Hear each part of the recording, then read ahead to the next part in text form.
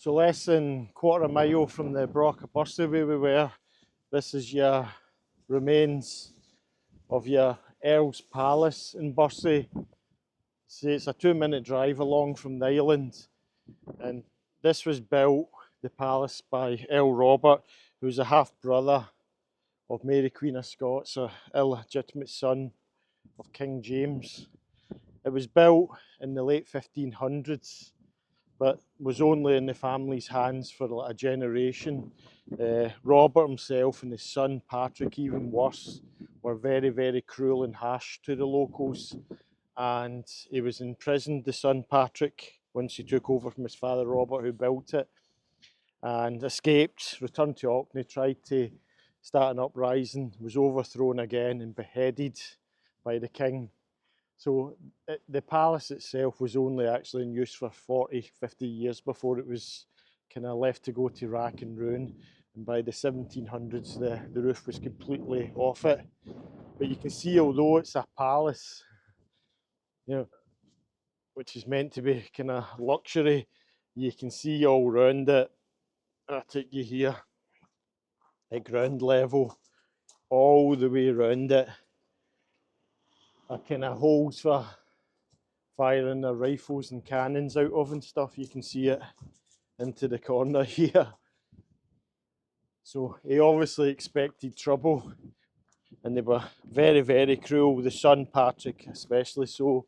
I think his nickname was Black Patrick. But they've got another palace up in Kirkwall itself they'd moved to from here, right by the St Magnus Cathedral, which we'll show you later on in the video as well. You can see a little bit of construction work going. There's still quite a lot to the ruins as well. They're obviously having to stabilise some of it. The building works here.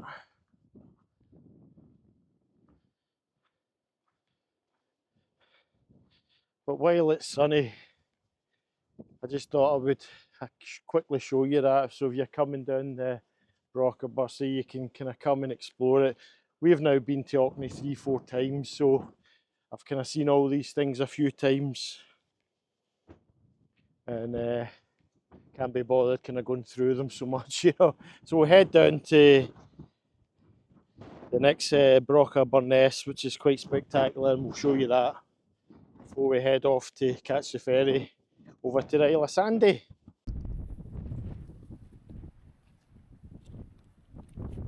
So this is us heading along to your BROCH of GURNESS.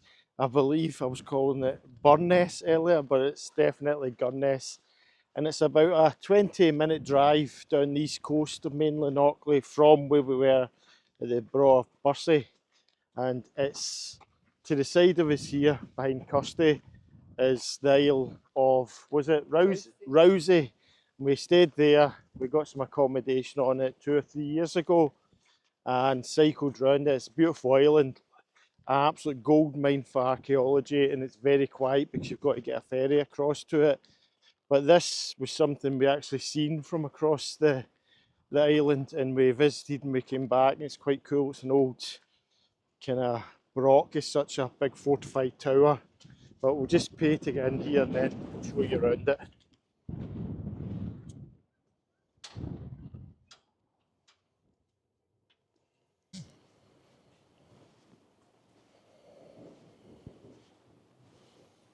So here's a wee representation of what the BROCH would have looked like before. So you can see the BROCH of GURNESS just now. What's remaining of it there just over here. We'll show you a bit closer. It's only about 3-4 metres high just now. But back in the day it was occupied kind of around like 400 to 100 BC. In its heyday it would have been about, you know, 10 to 13 metres high. Here's a dinner chamber, and you can see here, following it right round, there's outer sort of ditches and outer banks and various other structures. But we'll go up and we'll take a wee look towards it here. but it's a really exposed area. As I say, you're out in a spit of land, a peninsula, and it's the type of place, like a minute ago it was almost like sunshine and now it looks like it's a big storm coming in. But you can see it's obviously been built round. It had originally just been the structure itself they'd have taken shelter inside of. But you can see all these individual cells, almost like a mini Skara Brae, although Skara Brae was kind of going back to 3180 BC, so 1,000 years before it. But you can see they've utilised a lot of the stone here and built up a lot of living quarters here. We'll walk around and see if we can take a look inside it here, but you can see it's quite big. There's just structures and houses being built onto it using all the local stone. Pretty cool views as well. And it's totally surrounded by it there. And this is your entrance coming into it. As I say, it's only about 3 metres tall now. And a few years ago we were up in Shetland further north, and the best preserved one's the Musa BROCH, or the BROCH of Musa, and it's still full height built. You can see here the steps going up to nothing now, but there was inner chambers inside the wall, so it's like a double skin wall there you can see coming round, going right inside it. It's very cool. And I've just got visions that last time I was here, ripped my jacket trying to explore that area. So that's you coming into the central area. I don't know if that was the old well, but it's treated like one now, whereas all the coins down there. Your central hearth fire. There'd have been all these little cells coming off it in the corners. Very much like Skara Brae, you've kind of got dressers and beds in here. You can see part of the old stairs going up here as well. So there's definitely 2 or 3 staircases leading up. It was 13 metres tall. I'm not sure what's in here, so put the selfie stick full length and take a peek.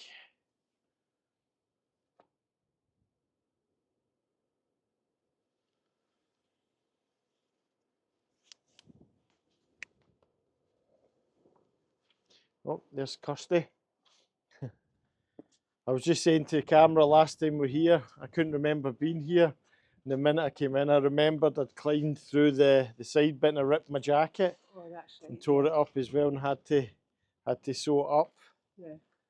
It looks like the weather's coming in as well. Oh, it's blowing a hoolie. I don't know if that ferry will go in.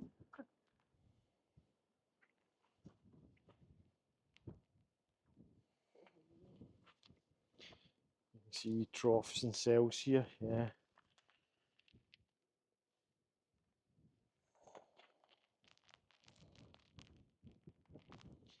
I think we'll take a walk round and head back into the visitor centre because it's I think it's about to blow a hoolie here.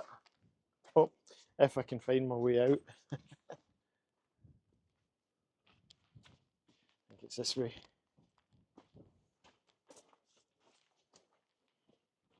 But this is a good one to visit if, like us, we went up to Skara Brae earlier this morning and it was like the weekend and it was very, very busy. And just couldn't even get in. You've got to book it with this one's because it's so remote. You're able to come down and it's very quiet, a few people here. There's a kind of tank for storing water. You can see they had the little cuddies and everything to put things in. It's quite a big structure. You look at the size of the banks going right around. Lots of central fireplaces.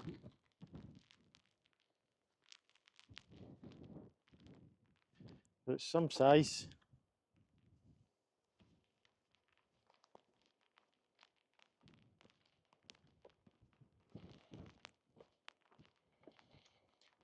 Not sure how thick the walls would have been, but they look as if they could have been a good kind of 10 feet thick anyway, if not more, and 2 skins.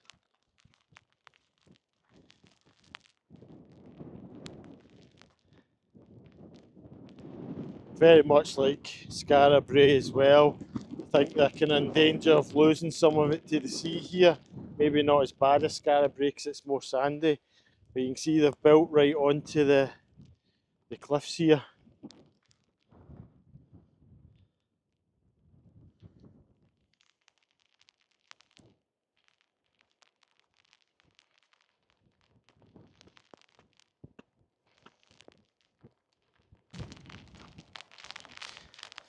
Well, I think there's a big storm coming in just now, and we're going to try and get out of the weather here and head off back to Kirkwall, the main town in Orkney, to catch the ferry.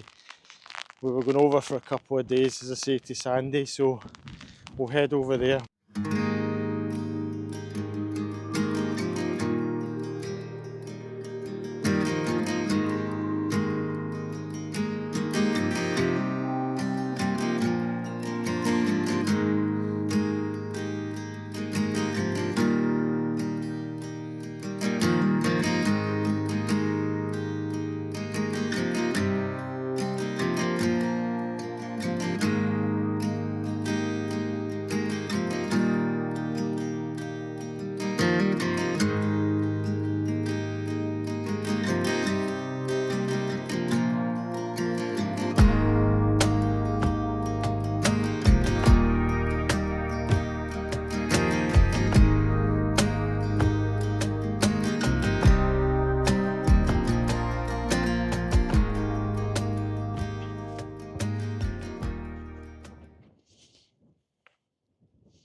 Wow, stunning.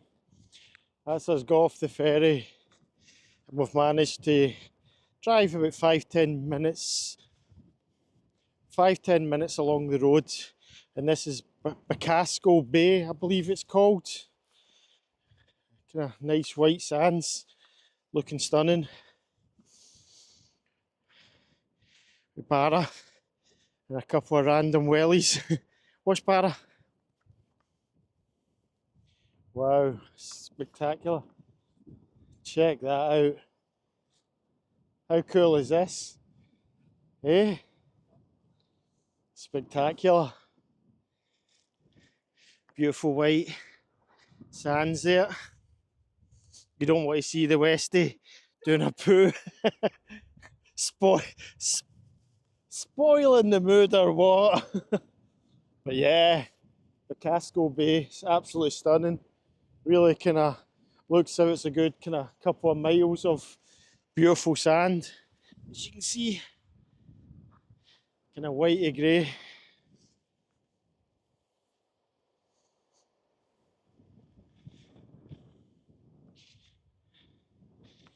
Yeah, this has been the nicest beach we've came across so far.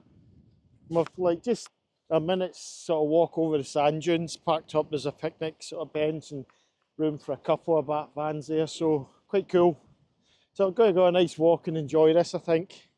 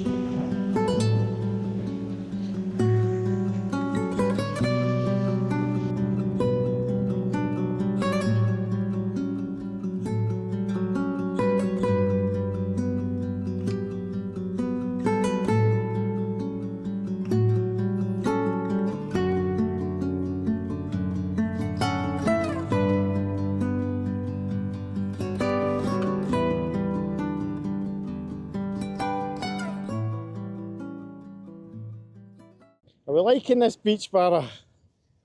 Yes, it's the best, Daddy. What's away? Go get mummy.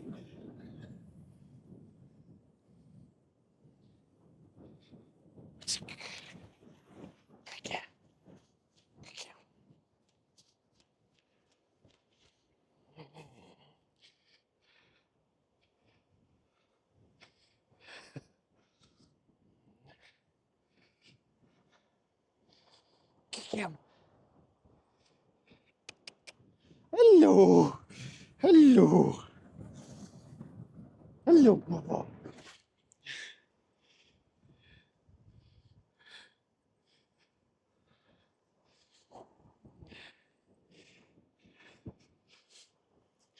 How you doing? He's not sure. Come on, Barra.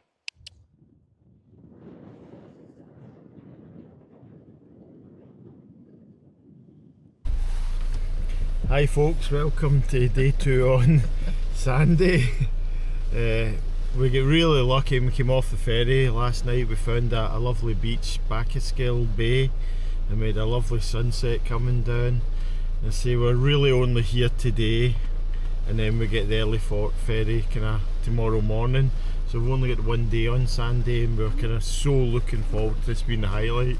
But as usual, nature intervenes, and we've just woke up to an absolute rubbish day. It's really windy and grey and really wet, and we were driving along the coastline, and it's still, you know, even though it's like that, it's really pretty. You can see the water's all greeny blue, almost Caribbean like. And Kirsty said to me, can you imagine what this is like on a sunny day? And I was like, I think we'll have to. So we were going to go a walk and head down to like 3-mile walk down the sand dunes in a kind of Bay Tresness, but we literally made a minute out and it was just that wet. We came back and we'll see if it improves. We're actually heading down hoping to see the beach. It's a beautiful beach as well. About 3-4 weeks ago, unfortunately 50 pilot whales, you'd have seen it on the news, beached up and all sort of like some ritual suicide thing or whatever. No one knows the reason, but they all beached themselves onto the sand and passed away, you know. So it's quite sad, and it's a beautiful area as well. So we're going to take a walk down towards there, and obviously the whales aren't there anymore. I think they buried them in 7 pits. But if the weather ever comes off, otherwise it's a day of cooping ourselves up and just watching TV in the back of the van, which is unfortunate. But we'll try and see as much of the island as we can and just see if this rain comes out. Wee Barra's got his trendy new jacket that Kirsty made him. Did you make that, did you? I know, it was, no, I found it and made it smaller. She stole it. This is Kirsty found it. I made it smaller to fit him. But he wears his wee jackets, he suits his wee jacket. He doesn't want it on, but he'll be fine. Just wants to get in play. So we're going to give it sort of 20 minutes, see if this rain goes off a wee bit and we can get out and walk along this beautiful bay, and then we'll explore the rest of the island. So it might just be a driving day in the bleak weather, but never mind. So the weather's staying quite bad this afternoon, so what we've decided, we never do it. It's not a campsite, but it's one of these, what are they called, airs? An air. Yeah, a camper air thing, but it's got 5 or 6 pitches just up the north of the island. It's like £20 a night. You can get electric hookup, which we don't use anyway. We've got a full lithium battery, and you can dump your grey waste, fill up your water, there's showers. And the best thing of all for Kirsty is they've got a nice wee kind of like informal restaurant. It looks quite chilled, and they've got the pizza ovens in there, and Kirsty's gluten free and she's mega excited because they do gluten free pizzas for her. So we've, for a change, rather than doing the old wild thing, like we've booked in here. We're going to get a shower because we've been up in the different Orkney Isles for about a week now, is it? Yeah, if it's a week now. I think it was last Monday we left, so for 7 days, so I think it's time for a shower. And for £20 and a wet day like this, it lets us get a wee wash, empty our toilet, get a nice meal tonight, and we can chill out a wee bit and see if the weather clears later this afternoon. So I'll show you around it, but it's a really nice place. The people look really friendly. If you ever come to Sanday, and it's called 59 North.